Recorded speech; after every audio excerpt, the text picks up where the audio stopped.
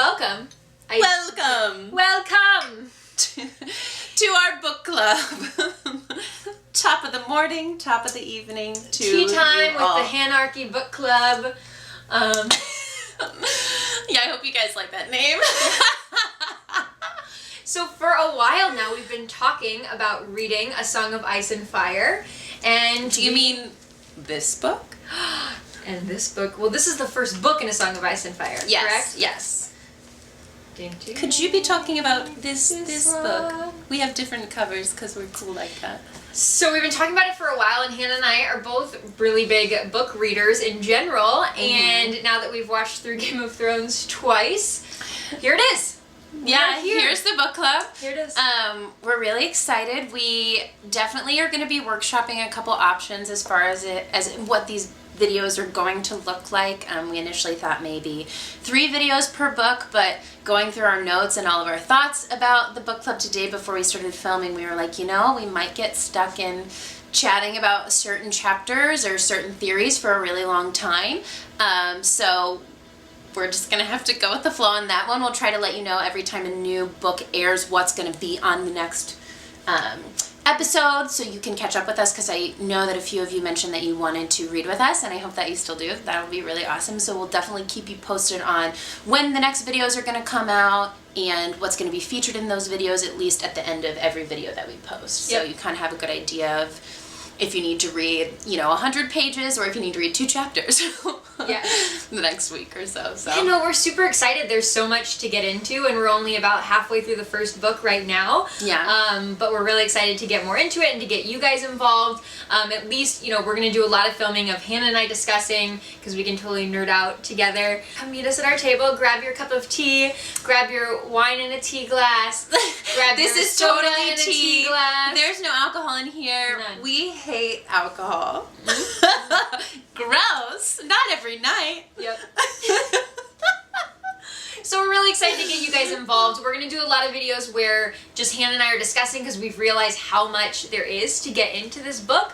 But we are definitely going to do at least one Q&A for each book. So when we finish a book, we'll get you guys involved, whether that's you guys leaving us questions for us to record, or maybe every couple books do some sort of live chat with those interested. Yeah. So stay tuned for that. Again, we're going to ask your guys' opinions. This is a new format for us, going from reaction videos to book discussions. Right.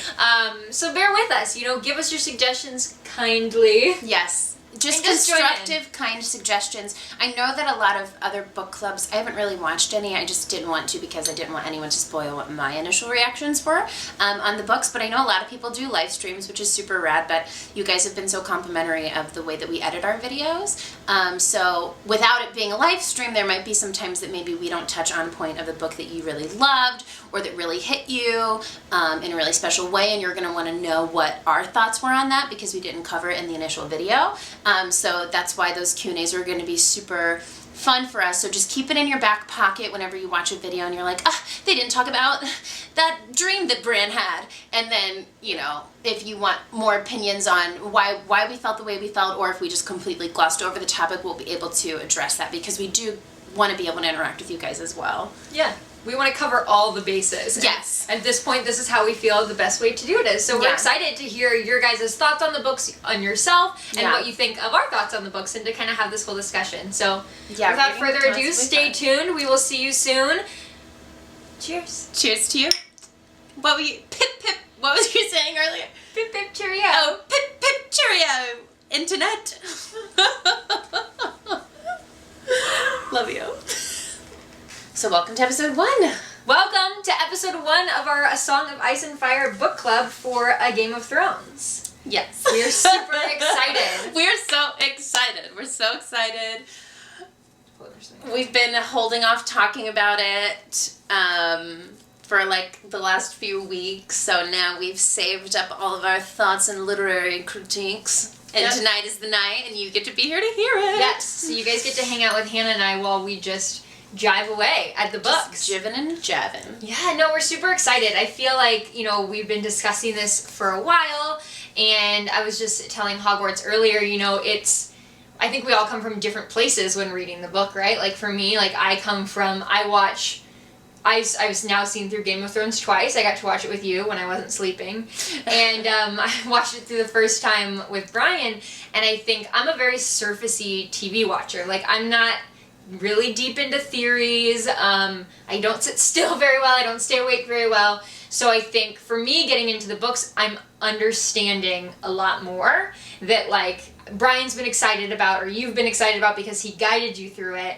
And for me, like, I feel like I'm almost experiencing it in a new way because I know all the major plot points. Like, I watched it, I loved it, but books are so much deeper for me, and I love words, and, like, I've underlined so many just, like, lines that I feel like totally hit me differently.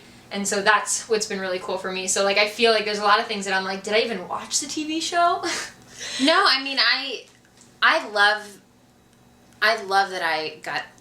I mean, I don't know for people who read books before the TV show started, but for me, reading the books has been really special because I've fallen in love with the story already. So it's kind of like a treat, like Christmas morning present, that I get to go and figure out more things about the characters that I've already grown to love, and, like, dig deeper into the story and, like, dig deeper into what their motives are. I think there are so many little things in Game of Thrones that aren't necessarily written out that clearly, so you can make assumptions in the TV show about what characters are feeling, but when you read a whole chapter about, you know, what their point of view is and how they're feeling and how they feel about other people, it's just really awesome. And I love being able to picture the characters when I'm reading the books, and kind of, you know, not super comparing them because they're obviously different things, but it's just been really fun. And so I'm really excited to, like, delve into what all that means to me and how I feel differently about characters in the book versus how I feel about them in the show. And Hogwarts and I have not started, I mean, we've, like, had, like, maybe two sentence conversations about the books, but we literally have not talked to each other about it at all. So this is This is the first unpacking. Diving into it, so... I haven't talked to anybody about it, actually. I've bugged Brian about a few things, like as I've been reading, and he's been like, don't tell me anything major, maybe I'll read the books too, so... Right. Yeah, I've just kind of had, like, my own little solo journey on it, but it's been really fun. Yeah. So grab a cup of tea, grab a cup of coffee, grab a glass of wine, whatever you like to do while you read, and join us while we discuss the first part of A Game of Thrones. We both have lots of notes. Yeah, lots of thoughts. I'm really hoping I can just, like, read my notes. I feel like I'm going to get to them, like, notated, like, what I wanted to talk about. Yeah, I just, like, made a lot of notes and, like, put them in. Some of them aren't in the place that I want to talk about them either. Right. Some of them tie back to a larger...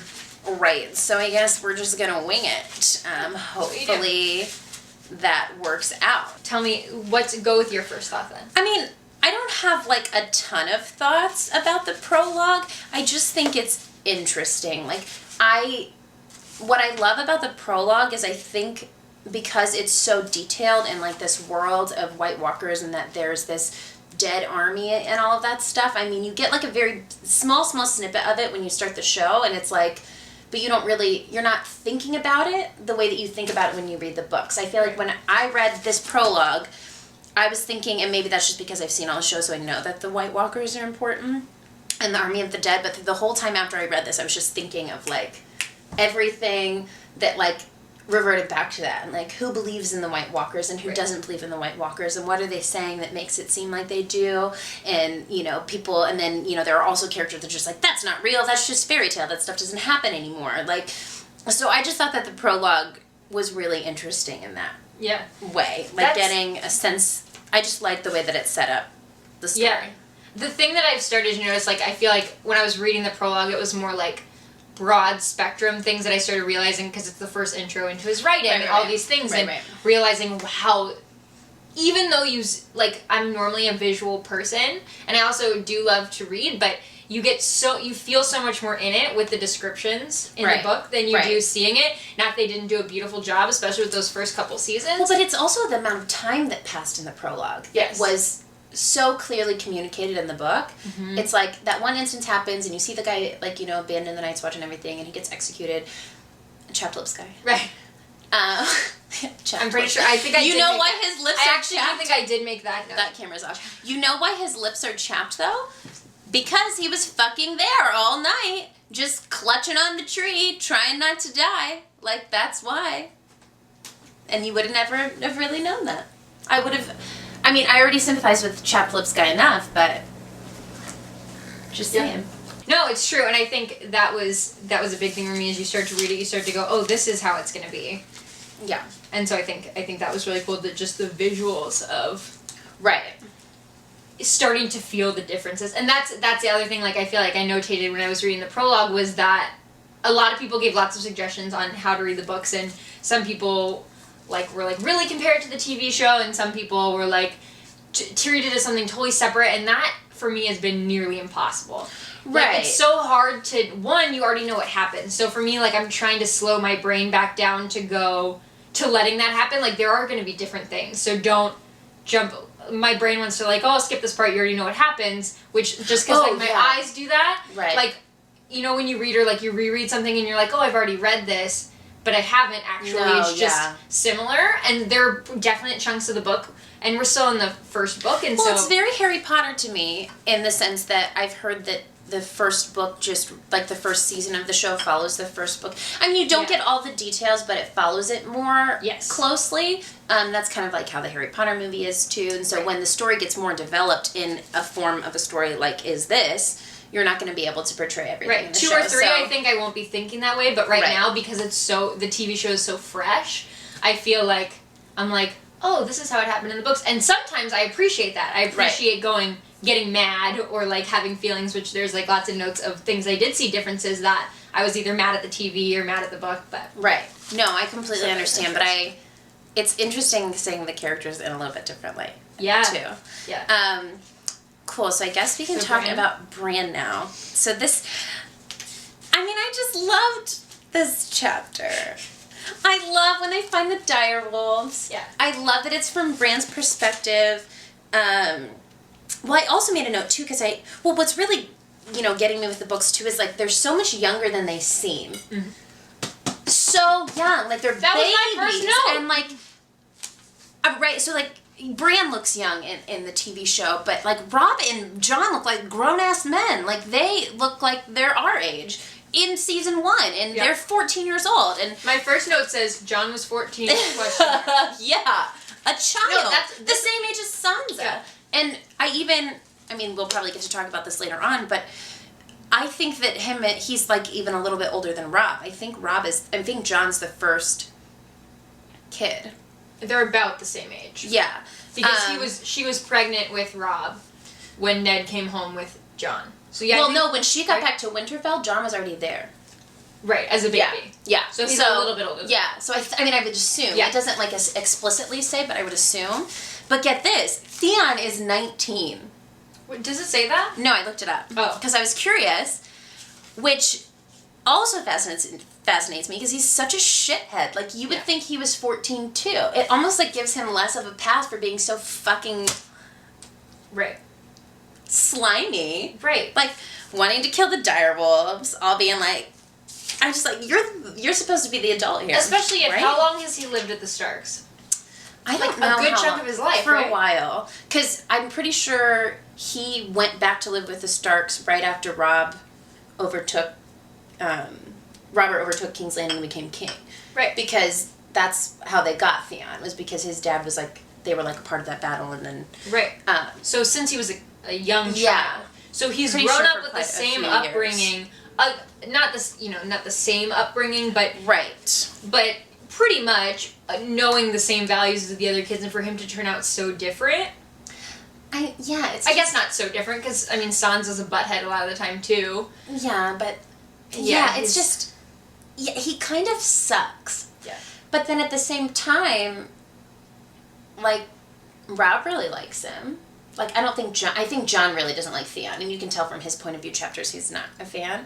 But him and Rob seem to get along really well, which I find really interesting. But I feel if Rob is 14-ish and Theon is 19, like, of course it's like the older cousin. Like, even though Rob has a higher place with his name, like, them growing up, like, age range-wise, I'm sure that Rob, to a certain extent, as they were kids, now that they're reaching this age, Rob is coming into his own, and he has a higher place than Theon, but I feel like, I'm sure he looked up to him all throughout, and I feel like John... At least, maybe this is just a total me surmising it, but I feel like there's probably a weird place where, like, John's out of place and so is Theon. And so there's this, but John is Ned's kid, and and Theon is a ward, so they're both out of place, and I'm sure there's, like, a certain amount of competition as to, like, what those out of place things mean for them. I might be placing this in their heads, but that's if I were there, like, I would imagine that would be. I made the same note. Like, my first note is John was 14, and I think as we get into some of the following chapters, it makes way more sense. Like, just when he gets to the wall and, like, him just kind of being an idiot about the other guys, and I think you're like, okay, a 14-year-old makes a lot more sense. It's not like a brooding adult. Like, this person really hasn't come into their own. Right. And so I think that's it.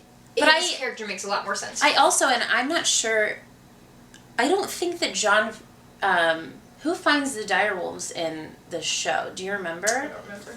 Because I don't think that it's Rob, but Rob finds the direwolves in the book, and I thought that was interesting. I just loved that whole part, and I loved, John being the one to convince Ned that it was kind of like their destiny to have the direwolves and to give it to his children. And then he later brings that back up when he finds out that Bran, that his wolf saved his life. Yeah. And he, like, gets really sad, like, wow, I killed Lady. Like, if the gods really did give these to us. Exactly. You messed it up. Yeah. Bro. But yeah, I really liked that part. I liked that chapter. There were some, like, also, there were just some great lines in this. Yes. Like, I'm a total, like, book wordy person. Like, I love lines from books, and I was sharing this with Brian that I just really felt like, and maybe I should go back and watch the first episode, but I didn't want to compare so closely, but I don't feel like these lines were as strong as they were in the book. No, like, not at all. Bran says to Ned, can a man still be brave if he's afraid? And Ned says that's the only time a man can be brave. And I was just like, dang. I know. Like, that's a beautiful line. I don't remember that's the way this is written in the show, and I'm like... Right, like maybe it would have hit you more. Yeah, like, and then establishing that. Yeah, and then he says, and not that we don't love Ned, but he says, a ruler who hides behind paid executioners soon forgets what death is. Yeah. And I think that's such a telling line for the future. Well, that's why he killed Lady. Right. Like, that's why, yeah. But that's such a telling line for the rest of the story, and I just think, like, his words are so beautiful, and I just loved that. I never thought that Bran's chapter would hit me that much. I've never been a huge, but I thought it was... Oh my god, I love Bran's chapters. I'm obsessed with book Bran. Actually, there's this one line, and I can't find it too, but my favorite line in this chapter, I should have underlined it, but it's talking about how Bran, like, heard the wind. Like, Bran hears the wind, but, like, Jon sees the eyes. Yes. And I thought that was just so interesting, like, foreshadowing to, like, what does end up happening to Bran. And the fact that those are, like, where his senses lie. And I think that it's interesting that it points out where Jon's senses lie, too, because I think that he, as a bastard, has spent most of, like, his life kind of figuring out how to read people, and I think that he is, like, a really intuitive person, and that's why I also love, like, how the chapters are set up with different point of views, because you hear different characters described by different characters from their point of view, and I just think it's fascinating to see, like, who's picking up on things and who's not. And feelings. You don't get characters' feelings in the show, right? You get a little bit of it based on visually seeing it, but to actually get how they're feeling explains a lot more of their motives. Right. Which I think is so interesting. Right. I think it will come to play in more, too. My favorite line at the end of this chapter was, which again I think is very similar to The Wind and might have even been in that same section, but Bran thought it was curious that this pup alone would have opened his eyes while the others were all still blind. Talking about Jon's wolf. Yeah. As opposed to the other wolves, and I thought that was really interesting, just foreshadowing into just how Jon views the world and views what needs to be done, and just how he kind of sees things in a more enlightened way than people. Yeah. Pushing all the way forward to now. I just think he's really smart, and I think that's why him and Tyrion end up getting along. But we can get to that. We can get to that eventually. Okay, Catelyn.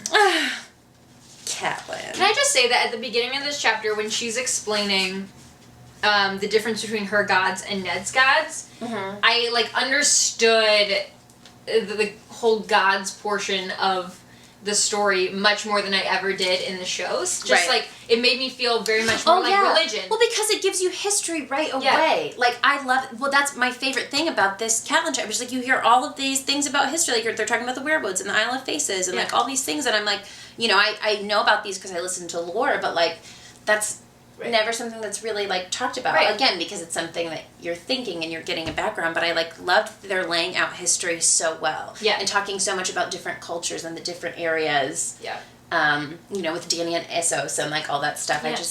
I think it's so interesting, and I love that it's right away. Because it seems daunting. It seems daunting when you're like, oh, well, I'm really into these characters in this story, and now you're throwing this history at me, and I feel like I didn't know this the whole time, and so now I can't line up the pieces. But when they tell that, when they start with it and they're telling the rest of it in tandem, it makes more sense. Yeah, I immediately was like, oh, I get it. It's like being Catholic versus being, you know, Baptist. Right. Like, they worship differently. They worship different types of gods. They worship in, you know, the same way, like, Catholics have, you know, churches that are sacred and all of these things, whereas other religions don't. Some of them, you know, aren't settled to one specific, like, holy place. And the way she described that, I immediately was like, oh, I get it. Like, I always knew there were different gods and whatever, but the way that her chapter is lined up really made me make that relatable. Right. I also just love this chapter because I love seeing Ned like this with Catelyn. I just think it's a really big, I mean, you know, and so are other chapters to come. It's just a really huge testament to their relationship. Like you know, we see in the first chapter from Bran's perspective, him being like very lord-like and dutiful and, you know, like he's Lord of Winterfell. But in this chapter, we like see him be a husband, and it's like a very different like side of him. And I love how you kind of get this vibe that like he has a different comfort level with Catelyn than he does when he's being Lord of Winterfell. Like he's kind of funny in this chapter, and they kind of like banter a little bit, and I really like seeing that. And I also made note too on page 25. He said that one of his quotes, he says, "No living man has ever seen one," talking about the army of the dead and the children of the forest. So Ned is one of those people that don't believe in that. Right. But then, which I thought was really interesting because I wouldn't have thought that. Catelyn says, well, nobody'd seen a direwolf either until today. Exactly. Exactly. Which I think is interesting, and that's like, you know, whatever, I kind of know. Her chapter, it made me soften. I've never disliked Catelyn, but I never had like as strong of a love for her as you did. And her first chapter definitely grew that for me. She's badass. But then a couple of the chapters in this section later, I really didn't like her. We'll talk about those. Like more than I had ever felt. But okay, so then Daenerys. Yes. I loved this because I'm just curious to see what they do with Daenerys in the books, but I think Daenerys in seasons 1 and 2 of the show is amazing. But I think her storyline is so interesting at the beginning, and I loved getting... I had forgotten how delicate and interesting it was. Well, and I feel like you don't see a lot of that. Like, when I remember season 1 Daenerys, I just remember her getting married right away. So I really liked the couple of chapters that we had into her getting ready to be married off. And, like, feeling what her life was like kind of growing up, and how it seems like her brother's so obsessed with ruling, but she's just really obsessed with finding a place that she feels like is home, because she doesn't feel like, you know, she has all those dreams about like going back to that what is the place with like the red door or something. She has like all those dreams about that, and that's like kind of what her heart is craving, like feeling safe and feeling home. And then you have her brother who's just oh my gosh, he's the worst character ever. Yeah. He's worse than Joffrey. He sucks. And he's not a child. I mean, I don't know what his age is, but he's... I think he's 14 or 16. Oh, really? 14. He's something. He's in... Yeah, he's not very old. I think he's like 14 or 16. I don't remember. He might... Because I think Dany's 14, actually. 13 or 14. They're young. I'm gonna... I can always cut at it next. So, the line about Dany just assuming that she would marry Viserys, I thought was super interesting, speeding forward to a thought / feeling on what's going to come in season 8. Yeah.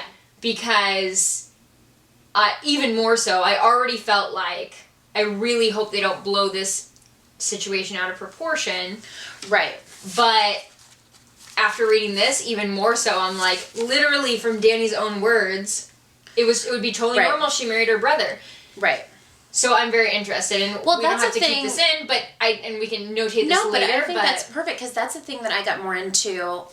I was super against, like, the whole incest thing, and then when I started listening to Lore, Lore talks a lot about how Targaryen specifically, yes, like, all incest. Yeah, that's why they became mad. Yeah. Yeah. So I think that just makes sense to me, and I feel like, you know, before I was naive to that kind of stuff, I was like very like, they're related, but it's like so much a part of their culture. Like literally, she's a child and going, I just always assumed I would marry my brother, not because she was, you know how little kids think that, not because of that, because everybody marries their brother. And so I saw that, and I was is kind of solidifying my feelings about fears that they're going to do in season 8. But it is also kind of interesting, like, why doesn't he want to marry Dany? Well, I think there's too much. It's too valuable. She's too valuable. He's using her to get this army. She's the only thing he has. Exactly. So he's ultimately giving her up so that he can get what he thinks is going to, you know, make him ruler again. Which is just, God, he's dumb. Like, he's a dummy-dumb. Honestly. But I'm also interested, I made a couple notes about Illyrio. Mm-hmm. The guy who's been, like, that they've been staying with. The cheesemonger. Yeah. What he actually is, but that's what Robert calls him or something. The cheesemonger. I'm so curious about him. He just seems super sketchy to me. I just don't get it. Because she talks about how Viserys trusts him fully, but she doesn't. Mm-hmm. I think Viserys trusts anybody who promises him, you know, who has money and promises him what he wants. Right. Like, he doesn't seem... Who's gonna, like, put up with this whole, you're the dragon, you're everything, you're the best thing I think he likes anybody that kisses his feet, and obviously Illyrio does. Well, and this was so interesting, is I kind of was, like, feeling weird about him, but then he's the one who gives her, and we'll get to this chapter later, but he's the one who gives her the dragon eggs. Right. You know, can I just offshoot and say that all I could think about, though, was welcome to Illyria. Welcome to Illyria. I was about to say welcome. That's literally all I could think about. Can I just make a comment about Jorah's wardrobe? And I know there's lots of, and that's something I will probably comment on throughout the book, of what, like, the book says it should be, and then what the showrunners decided to make him. Yes. Because he was supposed to, like, be cloaked in green with, like, a bear sewn onto his tunic. Oh, yeah. Where is it? I didn't underline it. I just tagged it. Oh, no, that's the worst. He was an older man, past 40 and balding, but still strong and fit. I think he fits that. Instead of silks and cottons, he wore wool and leather. His tunic was a dark green, embroidered with the likeness of a black bear standing on 2 legs. And they put him in a yellow shirt. I don't know, like why? Just visually, that was so striking to me. And I mean, costuming, all of that, like, visual is holds such a strong place for me. Right. And just thematically, but I just thought that was so interesting that his wardrobe was very specific, and very specific to his house, or his family name. Right. And that he's literally in yellow. Interesting. Tunic. Yeah, it's just an interesting choice. I just also thought, again, like, more of the history in this chapter, which I thought was incredible, too. Like, I don't know if you noticed, but they talked a lot about the Lord of the Light. They brought up the Red Priest. They brought up the Unsullied in this chapter. And I was like, what? Yeah. The Unsullied is in, like, page 30? Like, it was so crazy to me. Just, like, a little bit. But I also just really got this... I don't know. And maybe I felt it way more in the books than I did when I watched the show. Just, like, this... oppression towards Daenerys, like, as a woman, like, you know, nobody really this pressure to be a princess, when being a princess, it sucks to be a princess, like, right?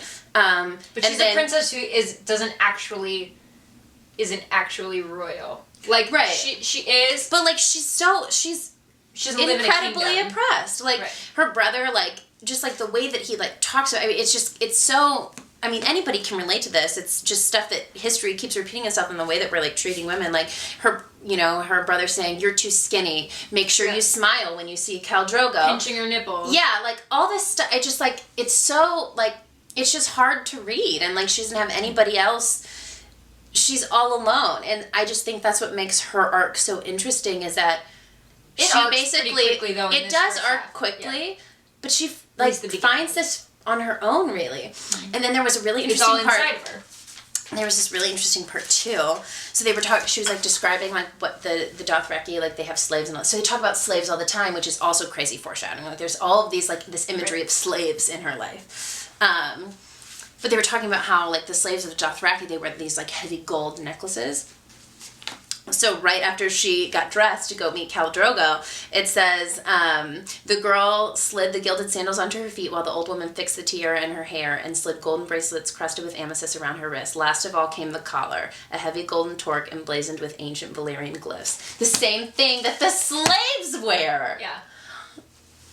I was just like, I was all about. I feel like when you read that stuff versus just seeing a visual of like that happening, it's so much... It just doesn't click as deep. Yeah, like it says gold, like it just... Yeah, like so the way that he lays her out, just to... This terribly oppressed life where the only person that she has, her only family that's supposed to love her, is Viserys, and he's literally the worst person that ever existed. I just thought this chapter was so interesting. No, it is. It's a very... I felt for her. I really felt for her. The funniest line is at the end, though, when he says... I just feel like this is something my mom would say to me. What? But, yeah, when he says, "Smile," Viserys whispered nervously, "and stand up straight. Let him see that you have breasts. God knows you have little enough as it is." Asshole. Yeah! Like, first of all, and here's the thing. What makes you think that, and obviously Viserys is just like off his, like, just crazy, and isn't, you know, thinking things through, but what makes you think that making a young girl insecure as she goes off, you want her to be strong, and you want her to smile, and you want her to be this vision, but telling her, like, he has no respect you have tiny boobs, like, you're too skinny, like, that just goes to show, like, his thought process is not like, it's just not, what's the word I'm looking for? Rational. Well, it's illogical. I really think Viserys is the dumbest character in the book. Well, he's the worst. So far, I'm kind of feeling like he's the dumbest. You know what really, though, made me think about... I was reading this chapter the other day, and I just watched that episode of Community where... Have you seen Community? Mm-hmm. The beginning season. Jeff takes pottery classes, and he's like really bad at it and he can't handle it, but it's all because his whole life he like has this like really high cocky opinion of himself because his mom's like, "You're so special, you're different than anybody else," and I was like, that's literally Viserys. Or I'd be like, "You are king, you were meant to be great," like ever since he was a kid, versus like we see like Sansa and Jon go through intense like, "You gotta change, you little entitled kids," but like Viserys never happens to him. And that is interesting. That is true. That's the pottery class he goes to, and they're like, "No reenacting ghosts." Yeah. Right? Yeah. And he gets so mad at that guy who like punches his pottery. It's such a good episode.